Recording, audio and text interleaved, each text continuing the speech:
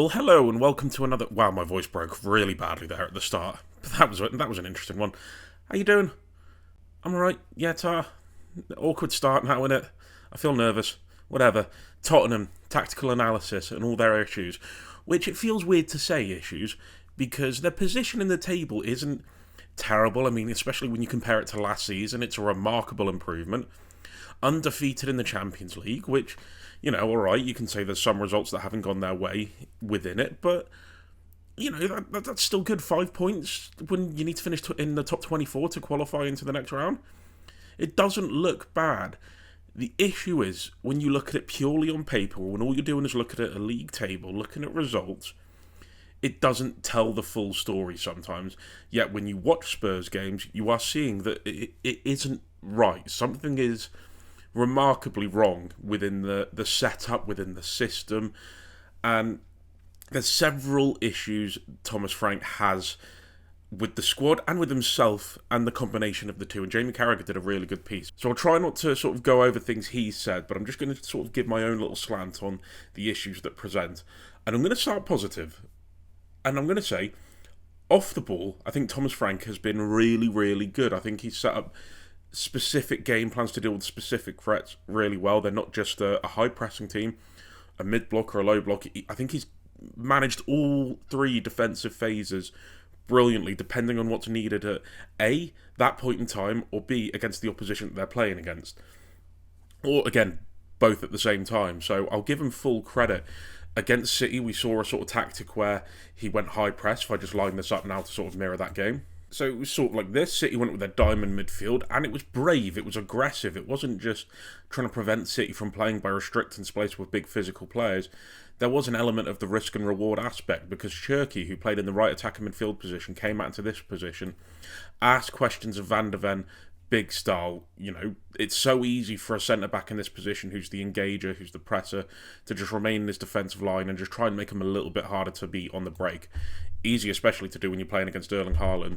Van der Ven was aggressive in his pressing higher than the midfielders in his team to win the ball back and prevent Cherki from getting any joy in these positions here. Brilliant in their implementation of it, and even we saw it against Chelsea at points, and even against Everton, who they beat a couple weeks ago or a week ago 3-0. Shifted it again. They weren't as high press. If anything, they were a little bit more deeper in a mid-block that looked a little bit like so. Very organised, as you can see here. Mid-block, preventing the ball from easily going into the two pivots or into the attacking midfield areas.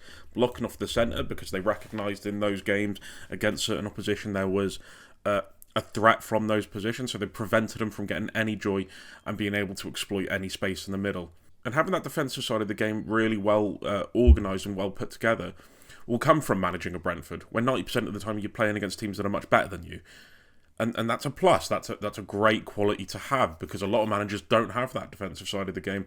And we're speaking top managers here, and I feel like he's got it really well. And even having Bentancur or Polina, I don't want to come and be critical of these two, which they have received a lot of criticism.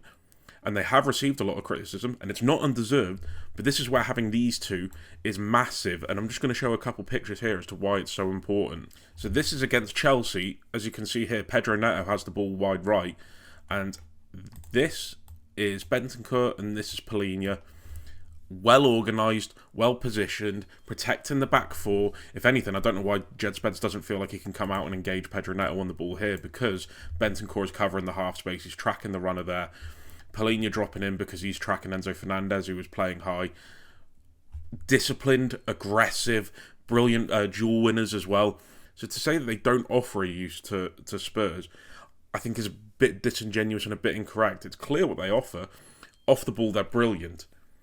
And for Brentford, you can get away with that. For Spurs, it isn't quite the same. And why that is the on-the-ball phase, which I'm going to touch on in more detail now. Now, we've seen Spurs line up in two formations. It's the 4-2-4, which they did at the start of the season. And it was the same basic principle, to be fair, in the build-up. It's just the positioning of the front four is a little bit different. As to now, he seems to have gone with the box midfield. At first, I thought that was to get Simmons and Kudus on the pitch at the same time in those attacking midfield positions. However, against Chelsea, he lined up with Kudus wide right, with Sarr in the middle. And the thing that I hate looking at this, and this is how it was played against Chelsea. Obviously, Simmons came on because Bergvall went off with a head injury after a couple of minutes. I'm going to cover the issues with playing out and their technical quality in the deeper phases. But where is the transitional threat? I know he gets a lot of criticism, but I think Brennan Johnson is so needed for this Spurs team. Just to have a player that's willing to break lines and get in behind and ask questions of a defence that are pushing up, that are pressing and leaving space in behind. Is Brennan Johnson technically amazing? No. Is he a great player to watch? No, he's fairly limited actually, and what I've just described is really the only use he has on the pitch is pace, is directness, whether that's in behind a defensive line or in the back post. But what that does offer, as much as it's not pretty on the eye, as much as there's plenty of better players than him, is you've got a greater chance of scoring a goal as a result. We saw it for the Manchester City game. City obviously pushed very high in pressing. There was space in behind. Brennan Johnson was there to commit and exploit that. And he's the only real Spurs player that has the capability of doing that. So if you can't progress through the centre, give yourself an opportunity to give yourself a plan B. Go direct. Try and hit something off the front. Kolo Muani is looking for the ball to feet constantly. Richarlison is getting against centre-backs and using his physicality to battle with them, to win headers, to look for knockdowns to his attacking midfielders.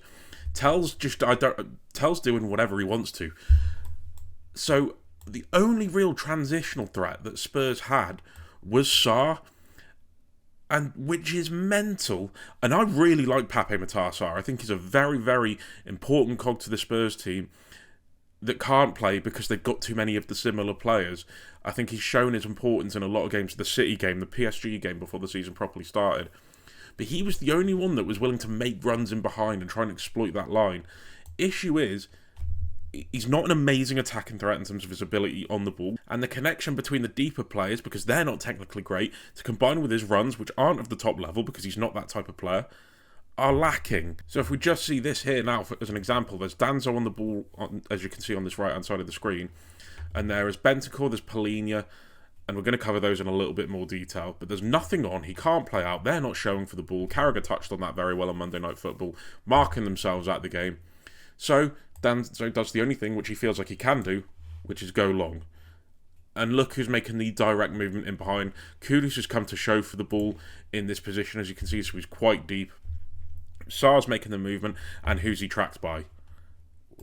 Moises Caicedo. So the one transitional threat that Spurs have, who isn't of a high quality, is matched by one of the best, if not the best, defensive midfielder in the world, in Caicedo. Where's the joy going to come from this? You don't have a physical presence, you have a more technical presence in Kolo Muani that can receive the ball to feet and hold on to it that way and look for runners, but he isn't a physical dueling striker that's going to win 50-50s. This would be the perfect time to have had a Richarlison, if you're not going to play out, to use him. And then if he wins a header, he knocks it down to Xavi Simons, who's in space, which admittedly may not result in a goal.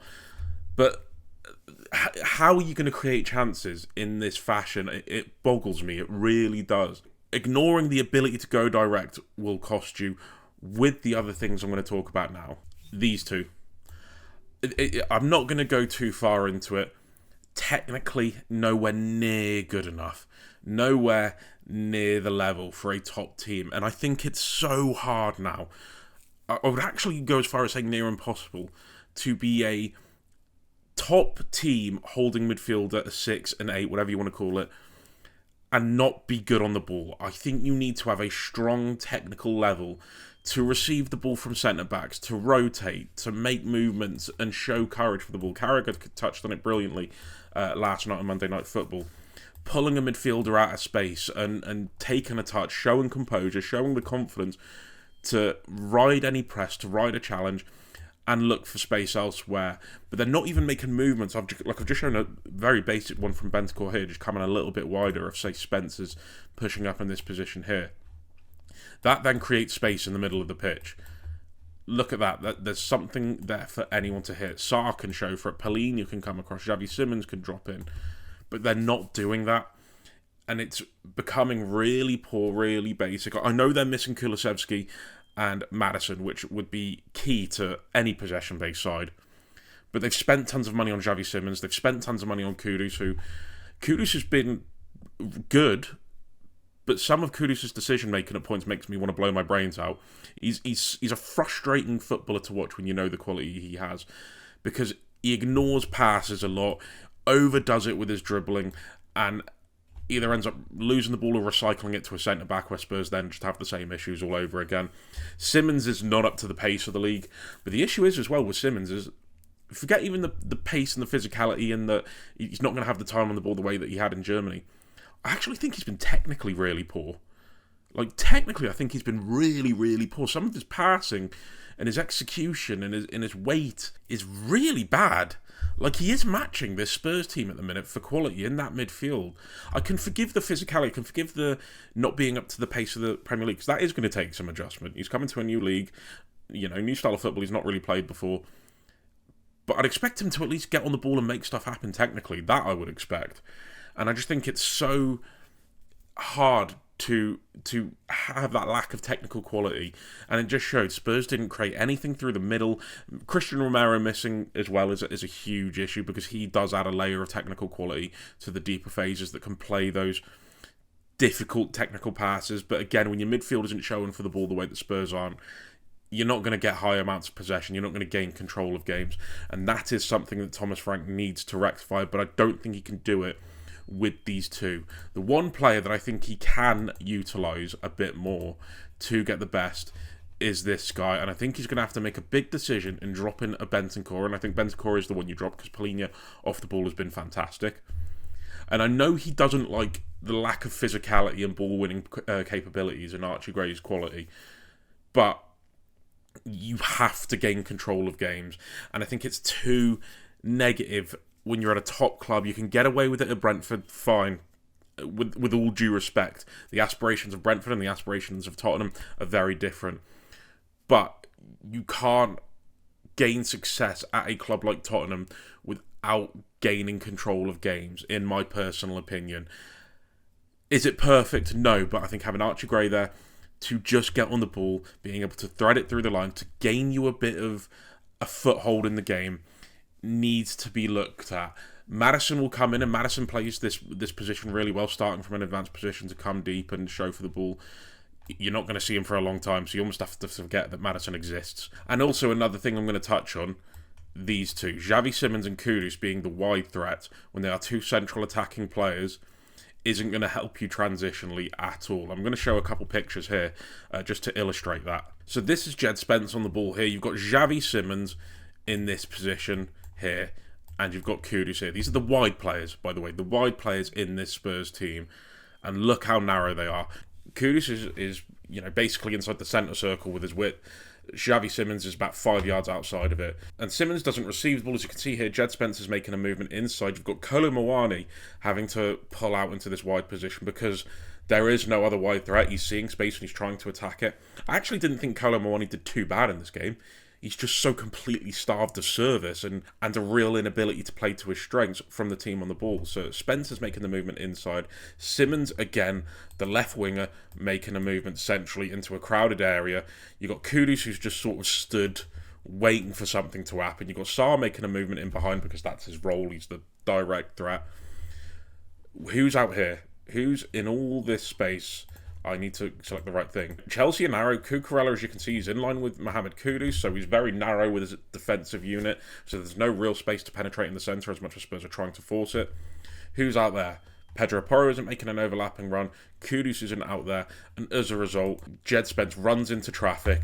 Kudus, I don't even know what he's doing there. It defies logic. What effect he thinks he's going to have on the game here, as opposed to here, I don't know. But again, I get the impression he's not a player that's got amazing footballing IQ, Mohamed Kudus. As much as he's technically fantastic and a real top player, and you can put together a highlight reel of even his time at Spurs so far, and it looks miraculous, but he frustrates me a little bit.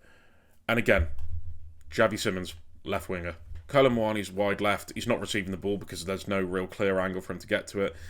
Pedro Porro, so far back, he's not even in the picture. Kudus playing his own game. Two central midfielders here, not offering anything. And this is how attacks break down. I'm sorry if you can hear a train. That's a little bit obnoxious, I know. But the video's ended here anyway, and I'd love to know what you guys think. Let me know down in the comments below, and I'll see you next time. Cheers, lads. In a bit.